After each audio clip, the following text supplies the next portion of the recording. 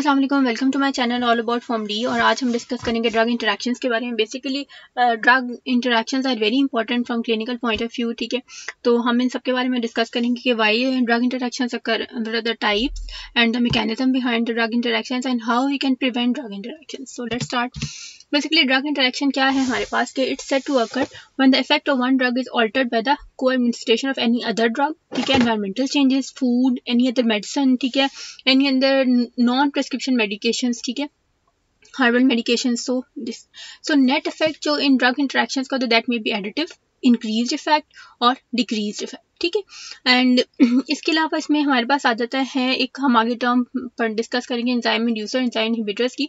तो उसके अकॉर्डिंगली एक होती है हमारे पास ऑब्जेक्ट ड्रग, एक होती है हमारे पास प्रेसिपिटेंट ड्रग, ठीक है। उसमें एक ड्रग है a drug whose activity is affected by the interaction. जो ड्रग इफेक्ट हो रही है इंटरेक्शन से, that is basically the object drug. And a drug, food और any other chemical which is causing the interaction, that is the precipitant drug, ठीक है जी, जो interaction cause कर रही है, ठीक है, which is the cause of, root cause of the drug interaction. उसके बाद देख लेते हैं फैक्टर्स। तो इसमें आ जाते हैं पॉलीफार्मेसी, ठीक है। इसके अलावा आ सकता है मल्टीपल प्रेस्क्राइबर्स, ठीक है, बहुत ज़्यादा प्रिस्क्रिप्शन है आपके पास, उन सब की जो मेडिसिन हैं उनको लेने से आपके अंदर मतलब ड्रग इंटरेक्शंस हो रहे हैं, डिफरेंट साइड इफेक्ट्स आ रहे हैं, ठीक, प्रॉब्लम्स आ रही हैं, तो वो मल्टीपल प्रेस्क्राइबर्स की वजह से भी ड्रग इंटरेक्शंस आ सकते हैं।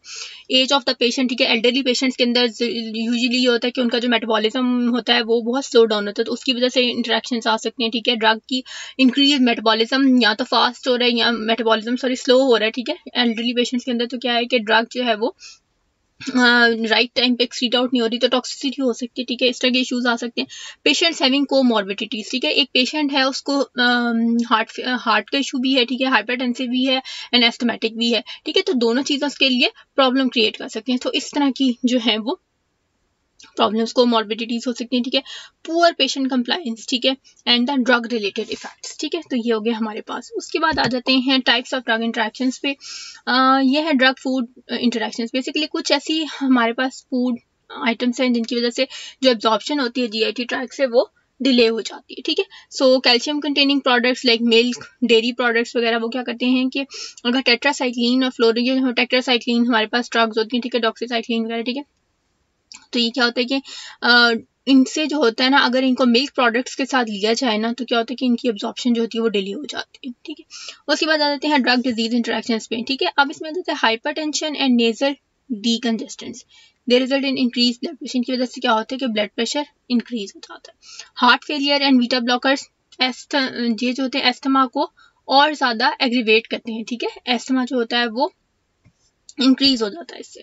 उसके अलावा आ जाता है एनवायरनमेंट रिलेटेड ड्रग इफेक्ट्स, ठीक है। तो एनवायरनमेंट में बेसिकली ये है कि इसमें एक फैक्टर आता है स्मोकिंग का, ठीक है। स्मोकिंग जो है उससे क्या होता है कि कुछ ड्रग्स हैं, उन स्मोकिंग बेसिकली ये करती है कि जो मेटाबोलाइजिंग एंजाइम्स होते हैं उनको इंक्रीज कर देती है, जिसकी वजह से ड्रग जो होती है वो बहुत ज़्यादा जल्दी मेटाबोलाइज होती है। तो क्या होता है कि वो बॉडी में उसके वो इफेक्ट्स अचीव नहीं होते, ठीक है, तो इफेक्ट्स जो होते हैं वो बेसिकली रिड्यूस हो जाते हैं। सो उसमें जो ड्रग स्मोकिंग से इफेक्ट होती हैं उसमें कैफीन है, थियोफाइलिन, हेलोपिरिडोल वगैरह, ठीक है, तो इन जो है वो ये जो होती है स्मोकिंग जो होती है उनके मेटाबॉलिज्म को फास्ट कर देती है, ठीक है। तो उसके बाद देख लेते हैं नेक्स्ट ड्रग लैब इंटरेक्शंस। तो कुछ ड्रग्स ऐसी जो लैब टेस्ट हम करवा रहे होते हैं, क्लिनिकल टेस्ट किसी भी डिजीज वगैरह की डायग्नोसिस वगैरह के लिए, तो उसमें भी factor this like cephalosporin calls false positive results in urine glucose and urine ketone test. इसी तरह co-trimoxazole and erythromycin causes a false elevation in prothrombin time. इसके बाद आते हैं ड्रग इंटरेक्शंस। तो ड्रग इंटरेक्शंस है कि अनएक्सपेक्टेड साइड इफेक्ट्स जिसकी वजह से आपके पास आए, ठीक है, तो वो तो बहुत ज़्यादा हैं, ठीक है। इसी तरह सिडेटिव्स और एंटी हिस्टामिन्स जो है अगर उनको हम जो है वो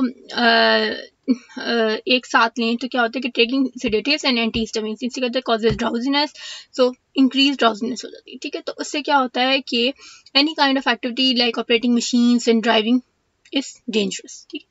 इसके अलावा aspirin and warfarin have synergistic effects resulting in increased bleeding. उससे क्या होता है कि ब्लीडिंग जो होती है वो ब्लीडिंग रिस्क जो होता है वो ज़्यादा हो जाता है। इसके बाद आते हैं हमारे पास ड्रग अल्कोहल इंटरेक्शन। तो बेसिकली ये है कि जो क्रॉनिक यूज होता है ना अल्कोहल का, that basically increases the metabolism of some drugs by increasing the hepatic enzyme like warfarin और फेनिटाइन का जो मेटाबॉलिज्म होता है उसको इंक्रीज कर देती है। और एक्यूट यूज ऑफ अल्कोहल से कुछ हेपेटिक एंजाइम्स जो होती हैं उनको इनहिबिट हो जाते हैं, ठीक है। तो ये हो गया हमारे पास टाइप्स ऑफ ड्रग इंटरेक्शन। सो अब चलते हैं मैकेनिज्म की तरफ। सो बेसिकली मैकेनिज्म में हमारे पास सबसे पहले आ जाते हैं फार्माकोकाइनेटिक इंटरेक्शंस है हमारे पास, ठीक है। कुछ हमारे पास एक हमारे पास होती है फार्माकोकाइनेटिक, एक होते हैं फार्मास्यूटिकल इंटरेक्शंस, ठीक है, और एक होती है हमारे पास फार्माकोडायनामिक इंटरेक्शंस। तो तीनों को डिस्कस करने के वन बाय वन। सबसे पहले देख लेते हैं मैकेनिज्म ऑफ ड्रग इंटरेक्शन में फार्माकोकाइनेटिक। सो फार्माकोकाइनेटिक है drugs affecting the absorption, distribution, metabolism and elimination of drugs, ठीक है। तो ये हो जाएंगे। अब सबसे पहले देख लेते हैं, इसमें सबसे पहले आ जाते हैं changes in the gastric pH, ठीक है, चिलेशन, चिलेट फॉर्मेशन, ठीक है, effects on gastric motility, enzyme inhibitors and enzyme inducers and enzyme inhibitors की वजह से जो कि ड्रग की मेटाबॉलिज्म को इफेक्ट करते हैं। इसके अलावा induction and inhibition of the drug transporter proteins and malabsorption, ठीक है। तो ये आ जाते हैं हमारे पास। और इसके बाद जो है हमारे पास आ जाते हैं pharmaceutical interactions. Pharmaceutical interactions basically होते हैं physicochemical interactions when two drugs are mixed together. Like इसकी दो एग्जांपल्स हैं, लाइक हेपेरिन एंड हाइड्रोकॉर्टिसोन, ठीक है। इनकी वजह से अगर ये दोनों प्रेजेंट हो, ठीक है, तो क्या होता है, दिस इनएक्टिवेशन ऑफ हेपेरिन, ठीक है। अगर इन दोनों को मिक्स किया जाए तो क्या होता है कि हेपेरिन जो होती है वो इनएक्टिवेट हो जाती है। इस तरह डायज़ेपाम, ये कुछ इन्फ्यूजन फ्लूइड्स की वजह से भी होता है, ठीक है, उनकी प्रेसिपिटेशन होती है जो उसके साथ कंपैटिबल, ड्रग के साथ कंपैटिबल नहीं होते। सो डायज़ेपाम और इन्फ्यूजन फ्लूइड जो है वो प्रेसिपिटेशन कॉज करते हैं। So this is basically the pharmaceutical interactions. अब चलते हैं मैकेनिज्म ऑफ ड्रग इंटरेक्शन से। सबसे पहले जो हमारे पास फार्माकोकाइनेटिक इंटरेक्शंस हैं, changes in the gastric pH, malabsorption हो गई, gastric delay in the gastric motility. तो सबसे पहले देख लेते हैं, बेसिकली फार्माकोकाइनेटिक इंटरेक्शंस में आ जाता है कि it effects the process by which the drug is absorbed, distributed, metabolised and excreted, ठीक है। जैसे ड्रग्स जो होती हैं बेसिकली जो होती हैं, जो एब्जॉर्प्शन होती है ना ड्रग्स की, वो डिपेंड करती है non ionised and lipid soluble form में, ठीक है। So weakly acidic drugs जो होती हैं like salicylates, they are absorbed at low pH because of unionized form, ठीक है। जो salicylates हैं वो weakly acidic drugs हैं, तो क्या होता है कि वो low pH पे absorb होती हैं because of their unionized form. So इसके बाद आता है antacids, ठीक है, proton pump inhibitors, ठीक है, they can significantly decrease the bioavailability of ketoconazole and itraconazole, ठीक है, which require gastric acidity for absorption, ठीक है जी। तो ये हो सकता है, ठीक है। ये जो होते हैं एंटासिड्स वगैरह क्या करते हैं, कीटोकोनाजोल, इट्राकोनाजोल की बायोअवेलेबिलिटी को कम कर देते हैं, जिनके लिए क्योंकि उनको एब्जॉर्प्शन के लिए एसिडिक एसिडिक मीडियम चाहिए होता है। तो एंटासिड्स हैं तो वो तो एसिडिटी को रिड्यूस करते हैं, ठीक है। ये प्रोटॉन पंप इनहिबिटर ये भी एसिडिटी को रिड्यूस करते हैं, ठीक है। तो और ये जो हमारे पास है हिस्टामीन एंटागनिस्ट, ठीक है, तो ये भी क्या करते हैं कि जो हमारे पास जो बायोअवेलेबिलिटी होती है ये एंटी फंगल ड्रग्स की इसको डिक्रीज कर देते हैं, क्योंकि इनको gastric medium acidic medium require होता है, ठीक है। तो उसके बाद आते हैं हमारे पास certain drugs are involved in chelate formation. तो कुछ ड्रग्स ऐसी हैं जो कि चिलेशन फॉर्म करती हैं एंड दे आर वो कॉम्प्लेक्स जो होते हैं वो insoluble complexes में आते हैं, resulting reduce plasma concentration. Like tetracyclines जो है वो कैल्शियम के साथ एल्यूमिनियम आयन के साथ चिलेट्स बना देते हैं, जिसकी वजह से ये इनसॉल्युबल होते हैं और ड्रग का एक्शन नहीं होता है, there is reduced plasma concentration, ठीक है।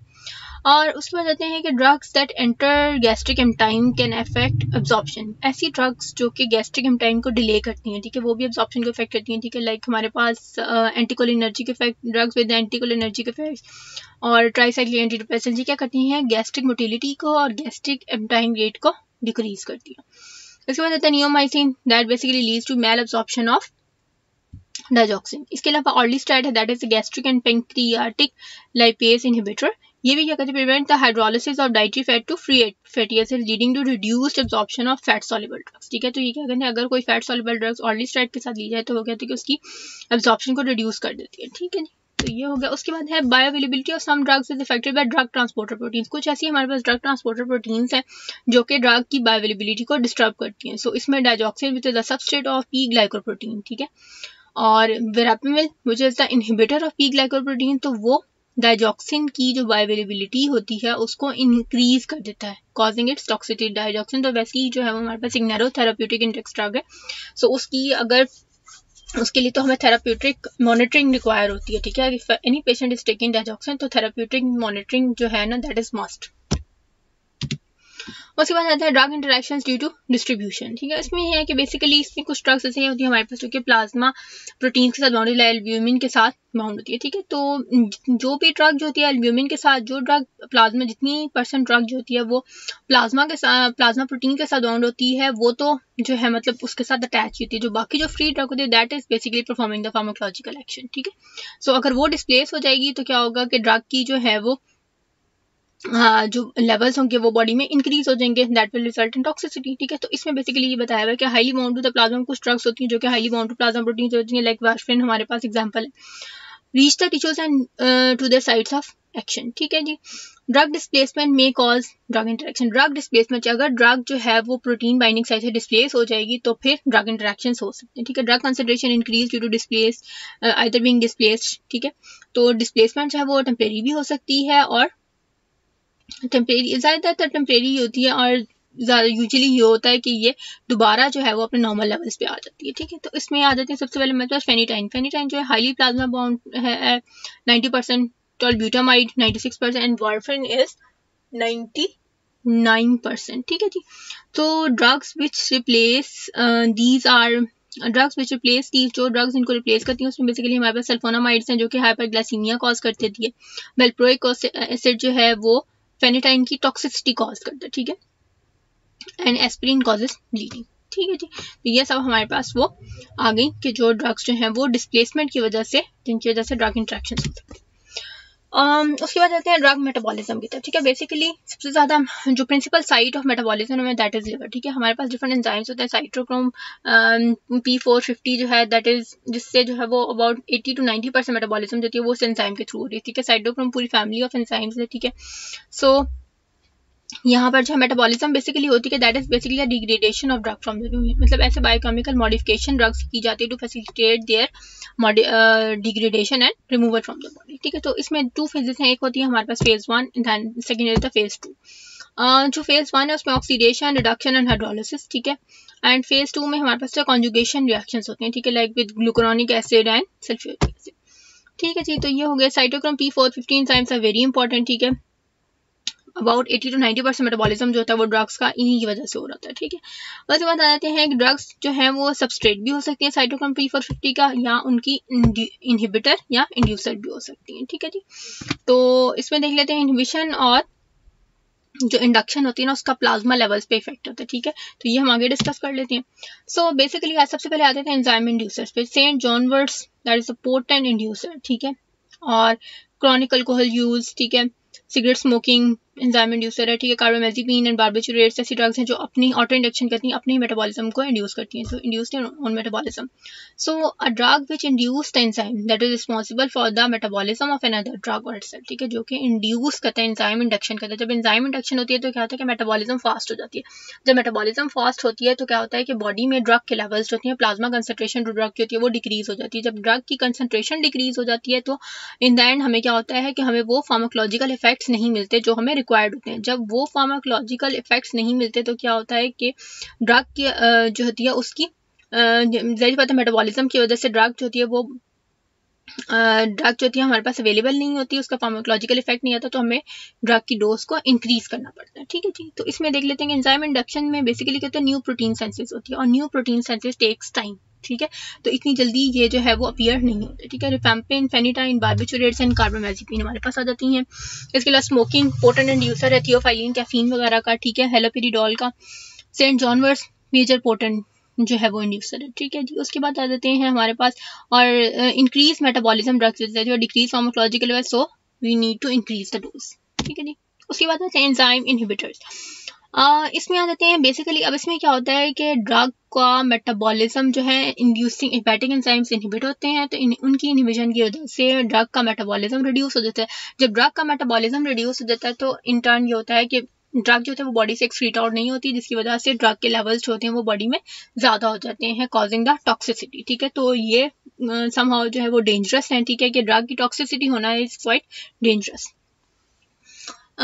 सो इसमें आ जाते हैं ज़्यादातर ये होते हैं mostly for the narrow therapeutic index drugs, ठीक है। सो इसमें आ जाते हैं थियोफाइलिन, सिक्लोस्पोरिन, ओरल एंटीकोगुलेंट्स, फेनिटाइन वगैरह से इफेक्ट होते हैं, ठीक है।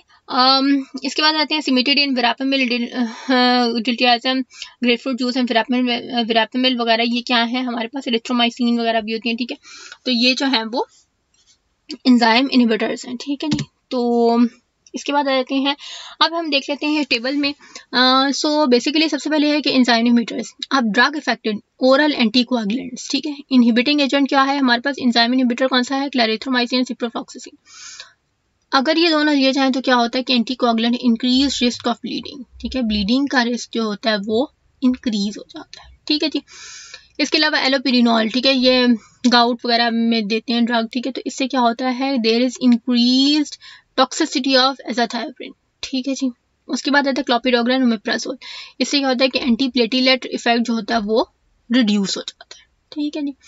सिमिटेडिन एंड कार्बामेज़ेपिन, फेनिटाइन एंड सोडियम वेल्प्रोरेट, ये तीनों एंटी एपिलेप्टिक ड्रग्स हैं। इससे क्या होता है, और ये हमारे पास एंटी एपिलेप्टिक लेवल्स जो होते हैं वो increase with the risk of toxicity, ठीक है जी।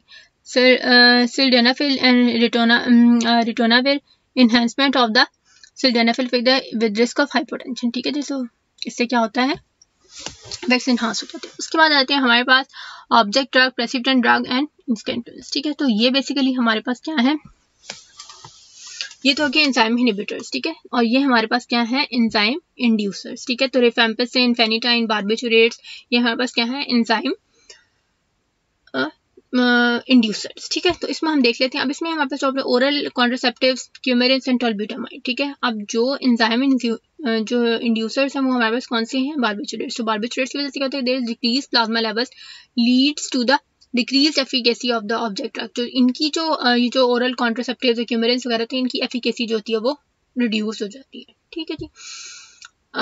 उसके बाद theophylline, cyclosporine and oral contraceptive, phenytoin, इनका इंड्यूसर है। तो क्या करता है कि there is decrease plasma level, इसमें भी प्लाज्मा लेवल और ऑब्जेक्ट ड्रग जो होती है हमारे पास, इसकी ये जो है हमारे पास ऑब्जेक्ट ड्रग है, इनकी ये जो थियोफाइलिन वगैरह इनकी एफिकेसी रिड्यूस हो जाती है, ठीक है। उसके बाद आ जाते हैं ओरल कॉन्ट्रासेप्टिव एंड टॉल्ब्यूटामाइड, रिफेम्पिसिन, इसमें भी ये होता है कि ड्रग की, इसमें भी जो हमारे पास ये जो ओरल कॉन्ट्रासेप्टिव्स हैं, क्यूमेरिन, टॉल्ब्यूटामाइड, इनकी एफिकेसी जो है वो रिड्यूस हो जाती है, ठीक है जी। तो ये बेसिकली थे हमारे पास enzyme inducers and enzyme inhibitors, ठीक है। जो एंजाइम इनहिबिटर्स होते हैं उनकी वजह से टॉक्सिसिटी हो जाती है, और जो एंजाइम इंड्यूसर्स होते हैं उसकी वजह से ड्रग का जो फार्माकोलॉजिकल एक्शन है वो रिड्यूस हो जाता है, ठीक है जी। तो जो इफेक्ट जिसमें आप देखे होंगे, इन सब में ड्रग की जो है वो एफिकेसी, उसका फार्माकोलॉजिकल एक्शन जो है वो रिड्यूस हो जाता है, ठीक है जी। जो डिजायर्ड इफेक्ट्स होते हैं वो हमें नहीं मिलते। उसके बाद आते हैं drugs affecting elimination. So basically हमारे पास आ जाते हैं इसमें 3 टाइप्स हैं, बहुत सारी ड्रग्स होते हैं, वाया बाइल भी जाती हैं, किडनीज के थ्रू भी एक्सक्रीट आउट हो रही है। तो इसमें सबसे पहले ये है कि स्मॉल मॉलिक्यूल्स होते हैं वो तो ग्लोमेरुलर फिल्ट्रेशन से फिल्टर आउट हो जाते हैं, ठीक है, जो ल्यूमेन ऑफ द ट्यूब्यूल्स। तो लार्ज मॉलिक्यूल्स हैं, they are retained like plasma proteins, ठीक है।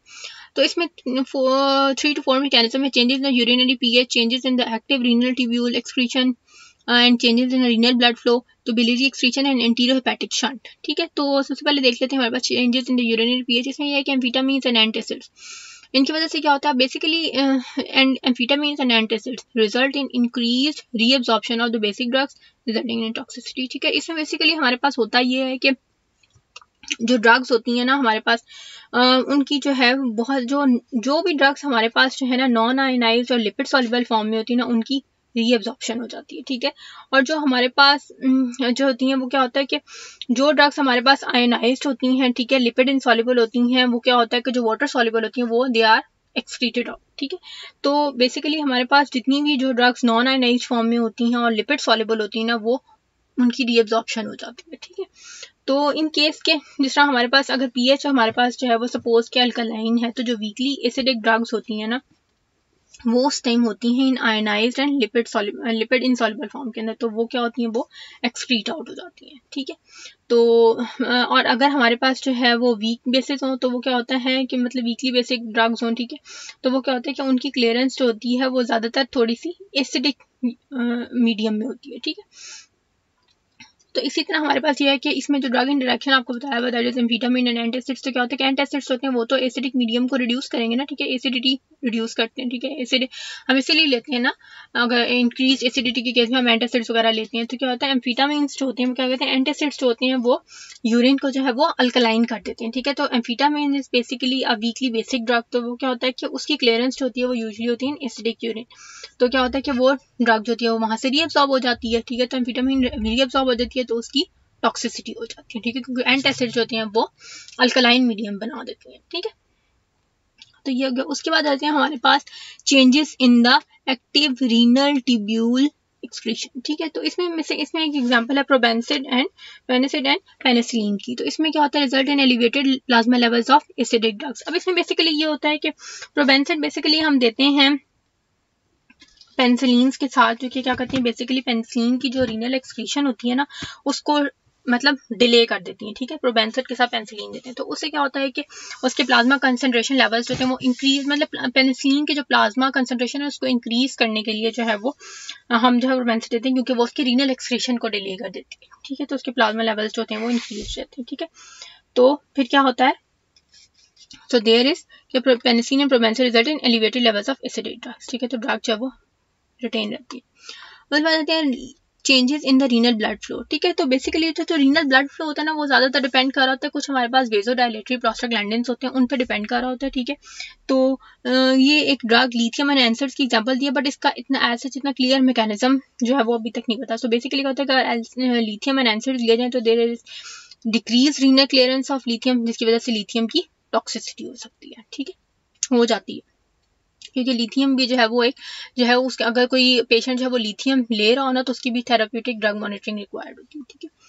तो इसके बाद आते हैं biliary excretion and antero hepatic shunt. तो बेसिकली इसमें यह है कि हमारे पास बहुत सारी ड्रग्स जो होती हैं ना वो बाइल में जो है वो एक्सक्रीट आउट हो रही होती है, ठीक है, उनकी एक्सक्रीशन जो होती है वो बाइल में हो रही होती है।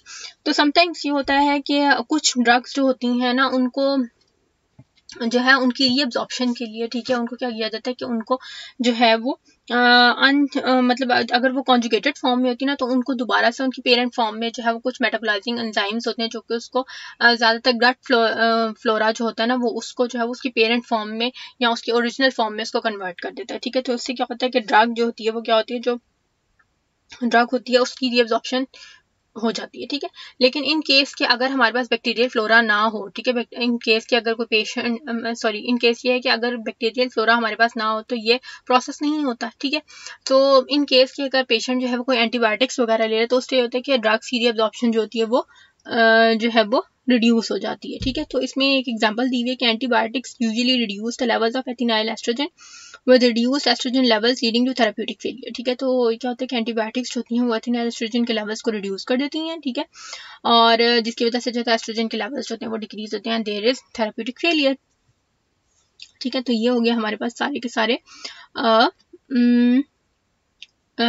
एलिमिनेशन के मैकेनिज्म्स के, किस तरह से एलिमिनेशन जो है वो उसकी में जो है वो ड्रग इंटरेक्शन हमारे पास आ सकते हैं, ठीक है। उसके बाद आती है ड्रग ट्रांसपोर्टर प्रोटीन्स। तो एक हमारे पास प्रोटीन होती है P glycoprotein, that is basically a large cell membrane responsible for the transport of many substrate drugs, ठीक है, और it acts as a flux pump and basically it's a substrate for lipophilic substances. और जो major इसके substrates हैं, ठीक है, वो है डाइजॉक्सिन, एट्रोवास्टैटिन, रिफेम्पिन वगैरह, ठीक है।